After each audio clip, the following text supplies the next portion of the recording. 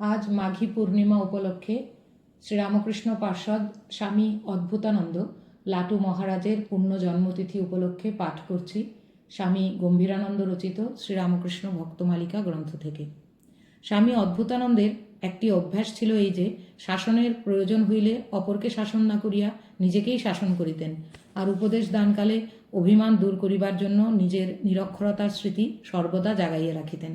একদিন এক ব্যক্তি অত্যন্ত বেয়াড়াভাবে তর্ক করিতে থাকিলে মৃদু ভর্ৎসনায় কাজ হইতেছে না দেখিয়া তিনি বলিলেন, তুমি এমন বকুনি খেলে হাসতে তোমার লজ্জা করছে না?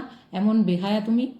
তার্কিক সর্বভূতে একই ব্রহ্ম বিদ্যমান এই অদ্বৈত সিদ্ধান্তের অপপ্রয়োগ করিয়া উপহাসক্রমে বলিলেন, আপনি তো আমায় ধমক দেননি, নিজেই নিজেকে ধমকাচ্ছেন, এতে কে না হাসবে?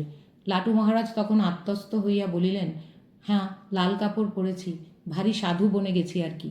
একটা ছোট কথা শুনলে এখনো ভেতর থেকে ফোঁস বেরোয়। কাহাকেও কোনো উপদেশ দিবার পর তিনি বিড়বিড় করিয়া বলিতেন, ভারী সাধু হয়েছি যে বাপ, পরকে উপদেশ দিতে যাচ্ছি। আরে তুই কি উপদেশ দিবি? ওরা তোর চেয়ে কত বড়, কত শিক্ষিত।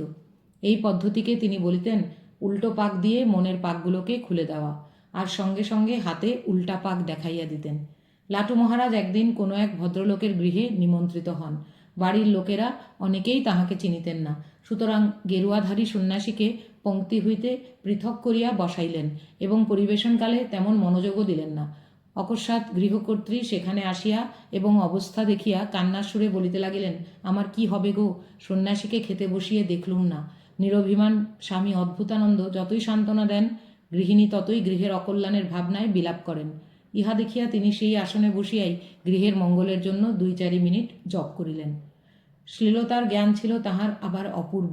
1907 খ্রিস্টাব্দে দুর্গাপূজার সময় শ্রী শ্রীমা জয়রামবাটি হইতে আসিয়া বলরাম মন্দিরে 1 মাস ছিলেন। গাড়ি হইতে নামিয়া তিনি প্রিয় সন্তান লাটুকে দেখিয়া যেই বলিলেন, বাবা লাটু, কেমন আছো? লাটু অমনি উত্তর দিলেন, তুমি ভদ্দর ঘরের মেয়ে, সদর বাড়িতে কেন আমার সঙ্গে দেখা করতে এসেছো? আমাকে তো ডেকে পাঠালেই পারতে। খেয়ালি সন্তানের ভব্যতা দেখিয়া মা হাসিতে হাসিতে উপরে চলিয়া গেলেন। কখনো কখনো তিনি আবার মায়ের সম্বন্ধে বেদান্ত বিচারও করিতেন। মা জয়রামবাটি ফিরিবেন। লাটু মনের বিষাদ ঢাকিবার জন্যই বোধহয় নিজের ঘরে দ্রুত পদচারণ করিতে করিতে উচ্চ ঈশ্বরে বেদান্ত বিচার করিতে লাগিলেন। সন্ন্যাসীর কে পিতা কে মাতা? সন্ন্যাসী নির্মায়া। মা নিচে নামিয়া উহা শুনিলেন এবং দ্বার প্রান্তে আসিয়া বলিলেন, বাবা লাটু, তোমায় আমাকে মেনে কাজ নেই বাবা। আর যায় কোথায়? স্নেহের স্পর্শে বেদান্ত ভাসিয়া গেল। লাটু মায়ের পদতলে লুটাইয়া কাঁদিতে লাগিলেন। মাও তখন অশ্রুসিক্তা।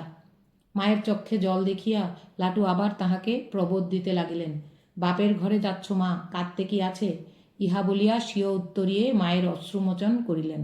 মায়ের সম্বন্ধে লাটু মহারাজ একদিন অন্তরের কথা প্রকাশ করিয়া বলিয়াছিলেন, মাকে মানা কি সহজ কথা রে, তিনি যে স্বয়ং লক্ষ্মী।